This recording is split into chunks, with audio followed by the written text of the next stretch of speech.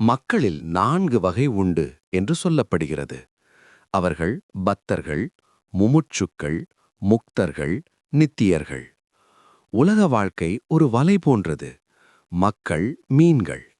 தனது மாயையால் இந்த உலகைப் படைத்த இறைவன் மீனவன். வலையில் மாட்டிக்கொள்பவற்றுள் சில மீன்கள் வலையை அறுத்துக்கொண்டு தப்பிக்க, அதாவது முக்தி பெற முயல்கின்றன. இவற்றை முமுட்சுக்களுக்கு ஒப்பிடலாம். தப்ப முயல்பவை எல்லாமே தப்ப முடிவதில்லை. இரண்டொரு மீன்கள் தபாங் என்ற சத்தத்தோடு தப்புகின்றன. அப்போது அருகிலுள்ளவர்கள், பார்த்தாயா, அந்த பெரிய மீன் தப்பிவிட்டது என்று பேசிக்கொள்வார்கள். இப்படி தப்பிக்கின்ற இரண்டொருவர்தான் முக்தர்கள். சில மீன்கள் இயல்பாகவே எச்சரிக்கையாக இருக்கும். அவை ஒருபோதும் வலையில் அகப்பட்டுக் கொள்வதில்லை. நாரதர் போன்ற நித்தியர்கள் சம்சார வலையில் அகப்படுவதே இல்லை. ஆனால் பெரும்பாலான மீன்கள் வலையில் சிக்கிக் கொள்கின்றன. நாம் வலையில் அகப்பட்டுக் கொண்டிருக்கிறோம். நாம் இறக்க நேரிடும் என்ற எண்ணமும் அவற்றிற்கு இல்லை. வலை கயிற்றை பற்றிக் கொண்டே இங்குமங்கும் நீந்துகின்றன. தண்ணீரின் அடியில் சென்று சேற்றில் மறைந்து கொள்ள முயல்கின்றன. தப்புவதற்கு எந்த முயற்சியும் செய்வதில்லை. சொல்லப்போனால் இன்னமும் நன்றாக சேற்றில் அழுந்திக் கொள்கின்றன. இத்தகையவர்களே பக்தர்கள். வலையில் பிடிபட்டிருந்தும் தாங்கள் அங்கே சுகமாக இருப்பதாக நினைத்துக் கொள்கின்றனர். பக்தர்கள் உலகியலில், அதாவது காமினி காஞ்சனத்தில் பற்றுக்கொண்டிருக்கின்றனர். அழுக்கு கடலில் மூழ்கிக் கிடக்கின்றனர். ஆனால் சுகமாக இருப்பதாக நினைக்கின்றனர். முமுட்சுக்களும் முக்தர்களும் உலகியல் வாழ்க்கையை பாழுங்கிணறாக நினைக்கிறார்கள். அது அவர்களுக்கு பிடிப்பதில்லை. அதனால் தான் சிலர் ஞானமடைந்த பிறகு, இறை அனுபூதிக்குப் பிறகு உடலை விட்டுவிடுகின்றனர். ஆனால் இப்படி உடலை விடுவது எளிதான காரியமல்ல. பக்தர்கள், அதாவது உலகியல் மனிதர்கள், எந்த வழியிலும் விழிப்புணர்வு பெறுவதில்லை. எத்தனை துன்பங்கள், எத்தனை அதிர்ச்சிகள், எத்தனை ஆபத்துக்கள், எனினும் அவர்களுக்கு புத்தி வருவதில்லை. ஒட்டகம் முட்செடியை விரும்பி தின்கிறது. தின்னும்போது வாயிலிருந்து இரத்தம் பீரிடுகிறது. இருந்தாலும் அது முட்செடியைத்தான் தின்னும், விடாது. உலகியல் மனிதர்களும் எத்தனையோ துன்பங்களுக்கும் ஏக்கங்களுக்கும் உள்ளாகின்றனர். இருந்தாலும் சில நாட்களுக்குப் பிறகு பழைய கதைதான். மனைவி இறந்து விடுகிறாள், அல்லது அவனுக்கே துரோகம் செய்து விடுகிறாள்.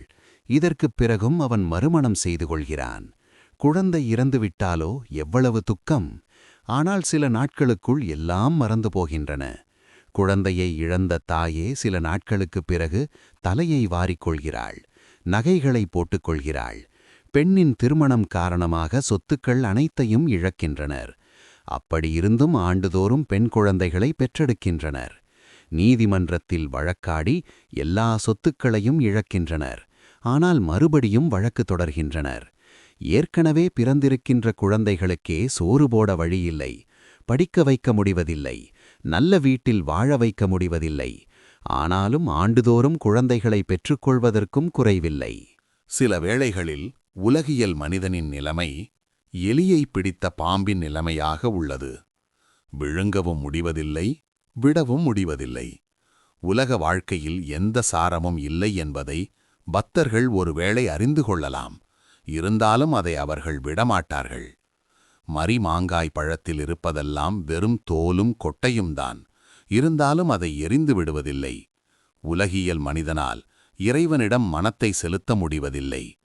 கேசவரின் உறவினர் ஒருவரை கண்டேன். 50 வயது இருக்கும். சீட்டு ஆடுகிறார். இறைவனின் திருநாமத்தைச் சொல்ல இன்னும் வேளை வரவில்லை போலும். உலகியல் மனிதனை அறிந்து கொள்வதற்கு மற்றோர் அடையாளமும் இருக்கிறது. அவனை உலகியல் வாழ்விலிருந்து பிரித்து நல்ல இடத்தில் வைத்தால் ஏக்கத்தால் செத்தே போவான். மலத்திலிருக்கும் புழு அங்கேயே ஆனந்தமாக உள்ளது. அதையே உண்டு கொழுத்து வளர்கிறது. அந்த புழுவை எடுத்து நல்ல இடத்தில் வைத்தால் இறந்து போகும். இறையருளால் தீவிர வைராக்கியம் உண்டாகுமானால் காமினி காஞ்சனத்தின் மீதுள்ள பற்றிலிருந்து விடுபட முடியும். எதை தீவிர வைராக்கியம் என்பது? நடப்பது நடக்கும், கடவுளின் பெயரைச் சொல்லிக் கொண்டிருப்போம் என்றெல்லாம் இருப்பது மந்த வைராக்கியம்.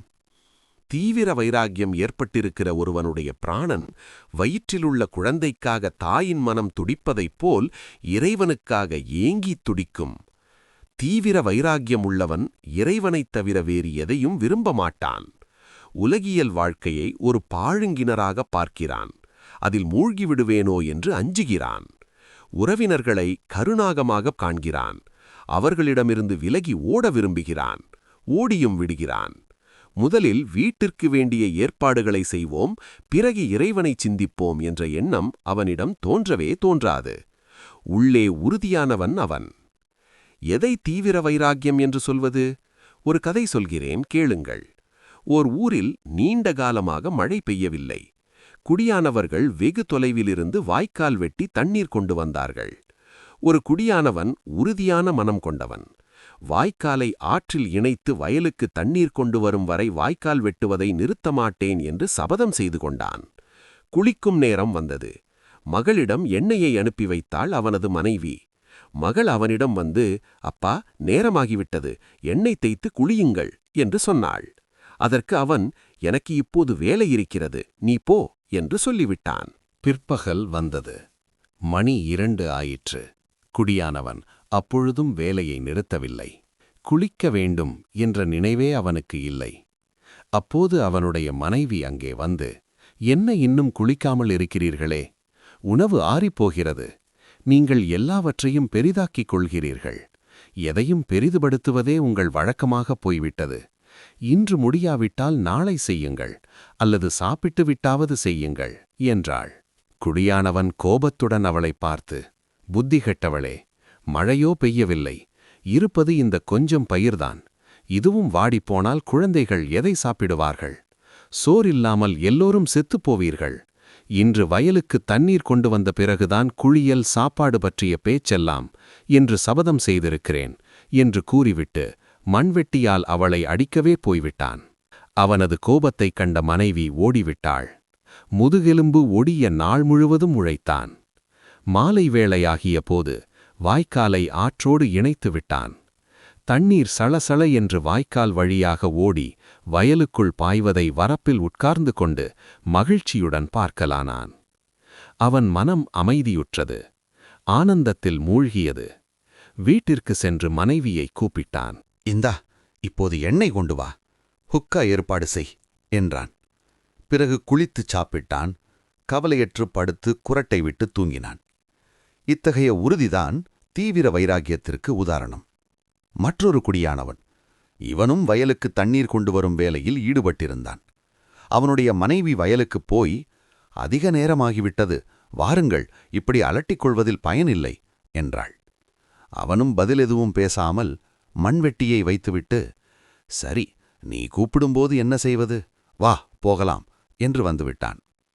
இந்த குடியானவனால் வயலுக்கு தண்ணீர் கொண்டு வர இயலவில்லை.